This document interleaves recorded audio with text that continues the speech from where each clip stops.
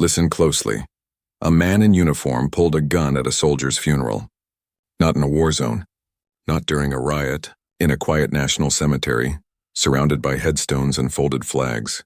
If that sentence makes your pulse jump, stay with me. Because what happened next forced an entire country to decide what honor really means. It was a gray morning at Stonebridge National Cemetery in Maryland. The air felt heavy, the kind of stillness that makes people lower their voices without being told. Rows of simple white markers lined a gentle hill. A flag hung at half-staff. Families in dark clothing sat beneath a canvas tent. No one coughed. No one fidgeted. There is a certain way grief stands when it wears a uniform. A black sedan rolled through a side gate and stopped near the path reserved for the family. The rear door opened. Ava Reed stepped out, tall, steady, wearing dress blues. 4 stars on her shoulder. Her shoes touched the pavement like she had learned long ago to step lightly on ground that others took for granted. She carried a small urn wrapped in a dark cloth. It held what was left of a man who had once called her commander. 2 honor guards straightened. A few older veterans rose to their feet without speaking. People recognized posture before they recognized rank. They knew they were looking at someone who had paid for her stripes the hard way. Then a hand slapped the sedan's hood. Hard. The sound cracked across the quiet and echoed off the stone. Heads turned. A patrol officer in a cemetery security vest stepped forward to block the path. His name would matter later. For now, remember him simply as Mark Dalton. Stop right there, he said. No greeting. No courtesy. He planted himself between Ava and the tent where the family waited. He looked at her shoulder, then at her face, then back to the insignia like it was a trick. Ava took out her military ID with calm hands. She held it at chest level, the way you learn in the first month of service. Dalton didn't take it. He bent closer, squinting as if the card itself were an insult. "These are easy to copy," he said loud enough for the front row to hear. "You're not on my list." A child in a little blazer whispered, "Mom, why is he talking like that?" His mother squeezed his hand and said nothing. Ava did not argue. She did not lecture. She tucked the card away and looked toward the flag-covered coffin. She took 1 step. Dalton slid in front of her again. "This is a restricted area," he said. "Back up." The silence thickened. 2 young soldiers at the edge of the detail glanced at each other. No one moved. No one wanted to turn a funeral into a scene. But a scene was already here. Ava raised the ID a second time. Dalton snatched it. He snapped it toward the light, flipping it side to side, pretending to examine the hologram. He didn't hide the curl of his lip. "Everyone thinks they're somebody," he muttered. Then he spat into the grass near her shoe. Ava's face didn't change. She kept the urn steady in one hand. The air felt tighter, as if the clouds had lowered. In the far corner by a stand of pines, a group of journalism students, quiet, unnoticed, smartphones out, not because they expected drama, but because their professor had told them, document truth when it stands close enough to touch. A live video started with a shaky caption, "Officer blocks general at funeral." The stream crawled through weak cell service, but it crawled. Dalton held the ID high like a prop. "You don't walk past me unless I clear you," he said. Ava's voice came low and plain. "You are not protecting honor. You are blocking it," he smirked. "You can talk after I verify you." "Verify what?" she asked. "That someone like me belongs here?" The words didn't shout. They landed. People heard them. A veteran in the 4th row pressed his palms together as if to keep them from shaking. A hush rolled through the tent. The flag on the coffin lifted once, then fell still. Ava reached for her ID. Dalton held on a heartbeat too long, as if it were the last strand of power in his fist. She took it back without jerking. The small tap of plastic on her ring made a sharp, clean sound. She stepped. He stepped. The space between them shrank to the length of a breath. "Last warning," Dalton said, voice tight. "One more move and then you could hear it. The tiny, unmistakable scrape of a holster snap. The kind of sound that turns a whole crowd into stone." He drew his gun. People didn't scream. They froze. The portrait at the head of the coffin tilted and slid, the glass frame bumping the grass. The boy in the blazer stared not at the gun but at Ava's face. She didn't flinch. She didn't drop the urn. She looked at the photo on the ground as if it were a person she refused to step on. "Don't move," Dalton said. "Do not test me." Ava answered so quietly every word felt like a step taken on thin ice. If anything happens to me, everyone will know why. The whole cemetery held its breath. The live video found a signal. 2 minutes later, 10,000 people had it on their screens. A caption changed. He's pointing it at her chest. The stream cut in and out, but each freeze frame was a fragment of a verdict. No one at the funeral moved. A lieutenant whispered, "Everyone step back." People didn't, because stepping back felt like agreeing. Dalton's arm was rigid. His jaw clenched. Sweat snuck beneath his hairline. Nobody blinked. For a second you could almost imagine time itself asking permission to pass. Then a voice came from behind the honor detail, steady and official. "Officer," it said, "put the weapon down." 2 federal security officers in dark vests walked into view. Slow, precise, not dramatic. The kind of movement that says, "We are not performing. We are ending this." Dalton didn't lower the gun. He laughed under his breath, small and mean. "Don't tell me how to do my job," he said. "Drop it," the lead officer replied. No shout, no speech, just that simple command that leaves no room to hide. Dalton hesitated. He looked at Ava, he looked at the crowd. He looked at the phones. Somewhere inside, a calculation broke. The muzzle dipped. He set the gun on the ground like he wanted the act to look generous. It didn't. Cuffs clicked. He didn't resist. He stared at Ava as if the sight of her had stolen something from him he could never get back. People didn't cheer. The family didn't speak. The entire tent seemed to exhale the same tired breath. The ceremony resumed. It had to. Drums rolled softly. Orders were given in low tones. A new photo frame replaced the broken one. But the service was not the same service anymore. Once a weapon enters grief, the shape of the day cannot return to what it used to be. By the time the last volley faded, a question had already crossed the country. Who is she? Not as gossip. As need Ava Reed, 4-star General, U.S. Army, first black woman to command 3 joint operational brigades, wounded in action once, nearly killed twice, known among ground units for one habit. She walked out of the last helicopter and onto the last truck. She kept the cold parts of war off her face so others could keep moving. Old pictures surfaced within hours. Her shoulder under a stretcher, her hand gripping a radio while dust and wind chewed at the corners of the frame. An old medic wrote a short note online. She didn't raise her voice to be heard. She stood where you couldn't ignore her. It was shared 1,000,000 times. Not everyone praised her. A few officials tried the same line. Protocol must be respected. But a sentence can be technically correct and morally empty. People had seen the gun. They had heard the silence around it.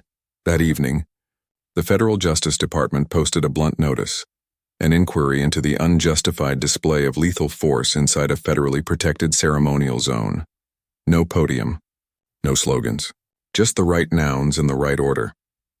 Inside the barracks of cities far from the cemetery, veterans groups met without microphones. They drafted a letter asking for a public hearing. 2 lines mattered.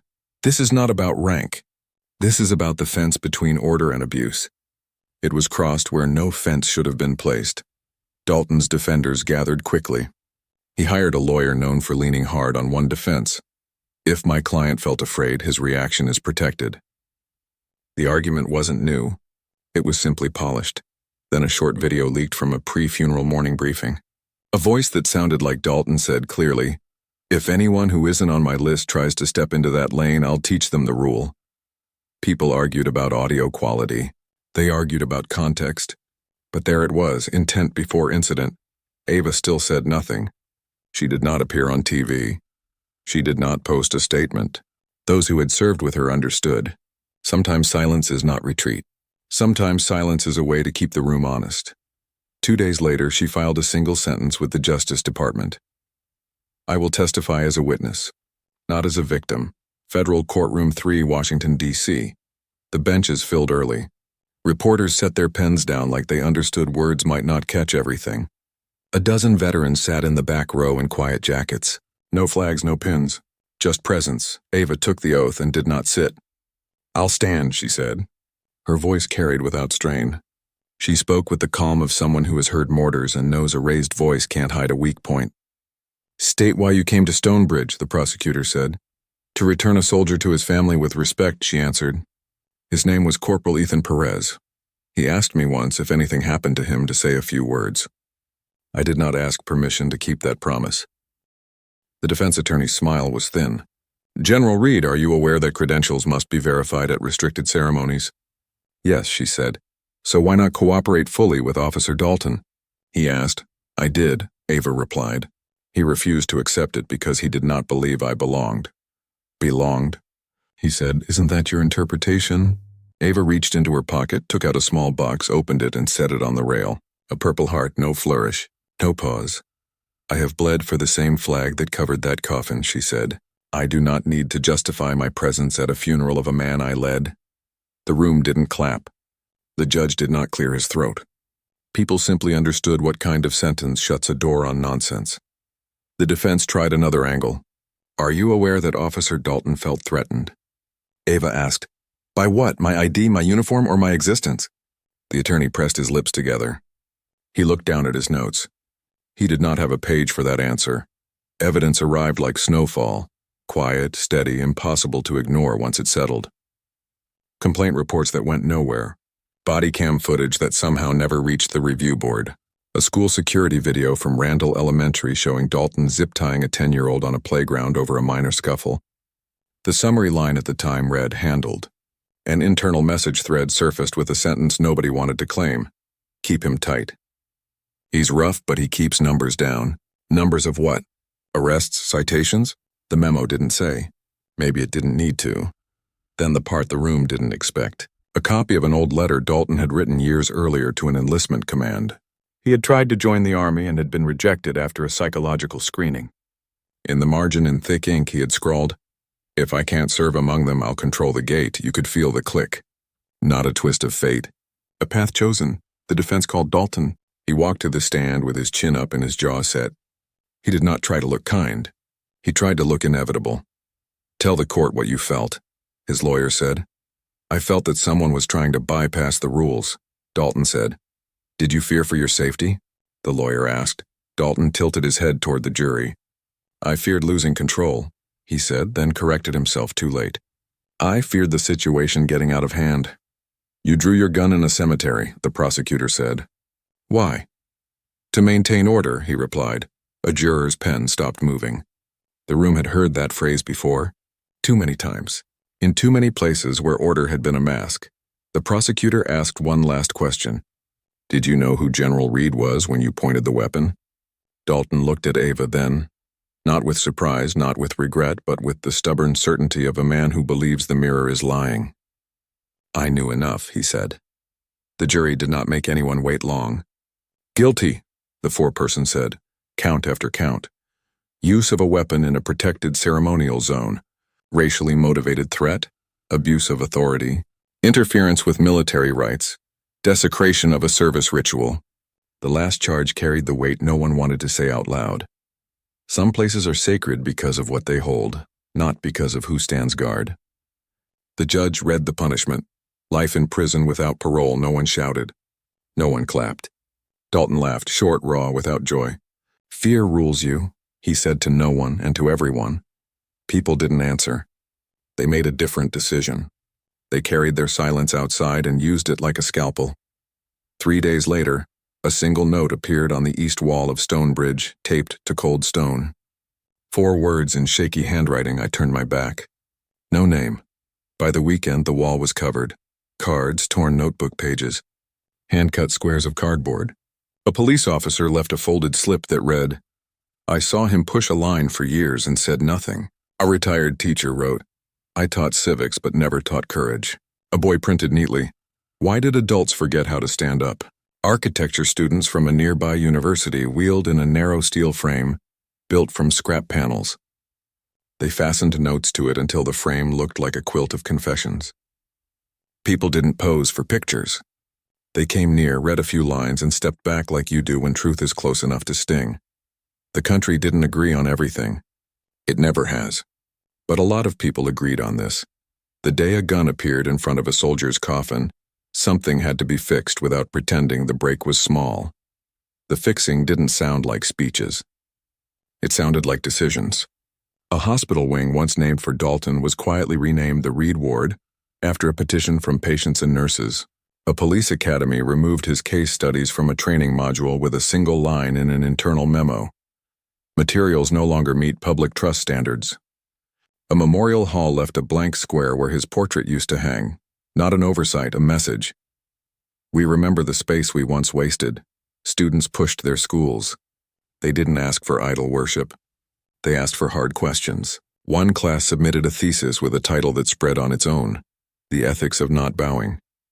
Another held a reconstruction of the hearing in a glass courtyard where passers-by could listen.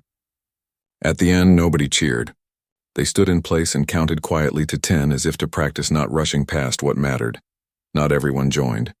Some tried to keep old stories alive, but old stories didn't survive well in rooms where people had decided not to look away.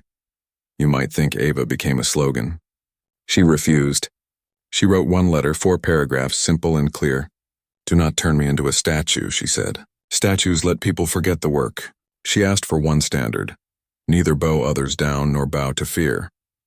Her note made its way to a small committee that approves inscriptions on public buildings. A month later, a short line appeared under the main motto at the Defense Building's north gate. Visitors read it without fanfare. Some paused. Some didn't. But the words were there, plain as rain. And at Stonebridge, the steel frame of notes kept growing. The grounds crew didn't sweep it away. They trimmed the grass around it like you do around something you're not ready to lose. No press release announced it. On a Monday morning at the headquarters of a state police agency, a custodian stood in front of a bronze board and wiped an empty rectangle where a name had been. Mark Dalton was gone from the roll of honor. In the space where letters once caught the light, nothing gleamed. The blankness said enough. Documents changed. Textbooks updated quietly. Training videos lost entire chapters. A graduate seminar replaced a slide deck titled "Stability Through Pressure" with a single sentence. Authority is not control. When an older professor accidentally cited Dalton as a source for crowd tactics, the lecture hall went still. He removed the slide and did not argue. In the prison where Dalton began serving his sentence, no one spoke his name. Not in anger. Not in curiosity. A guard slid his meal tray through the slot and called him inmate 739. It was not revenge. It was a kind of public housekeeping. The decision to stop renting out attention to a person who had used it badly. People asked what to call what had happened. It wasn't cancellation. It wasn't a campaign. It was steadier than that. It was choosing over and over to keep space for better things. Ava did not hold a microphone. She declined interviews. She answered letters from cadets with short notes handwritten in blue ink. One line repeated itself. Courage is usually quiet. She sent flowers to Linda Perez, the mother of the fallen corporal, with a card that read, "I kept my promise." He would have wanted the world to stand up straighter. Linda replied with a sentence that would live in many people's pockets. "Thank you for not stepping back." At Stonebridge, the wall of notes began to yellow at the corners and still more paper arrived. Someone wrote, "I once clapped for the wrong person." Someone else wrote, "I was afraid of seeing myself." A teenager scribbled, "Next time I'll stand first." The steel frame held. Wind ticked through the paper and made a sound like pages turning. In classrooms, instructors didn't teach Ava as a saint. They taught the gap she filled, the place where a system hesitated and a human being chose not to. A case file in a law school lab was renamed, "The Gate You Do Not Guard." Students argued, cried, and then did what students do. They wrote clearer rules. And because people always want a last scene, imagine only this: a weekday afternoon, no ceremony, no cameras. The North Gate inscription catching afternoon light. A group of young soldiers walking by. One paused and read it aloud to the others. "Neither bow others down nor bow to fear. Think it'll stick?" Someone asked. "It already did," someone else said, and they kept walking. If you're still here, maybe it's because you felt something tighten when the gun came out and loosen when the cuffs clicked. Maybe it's because you know what it's like to freeze and what it costs to move. If today left a mark on you, say what you would have done, or say what you will do next time. Sometimes the only thing stronger than a weapon is a witness who refuses to look away, and that, more than a verdict, more than a headline, is what remains.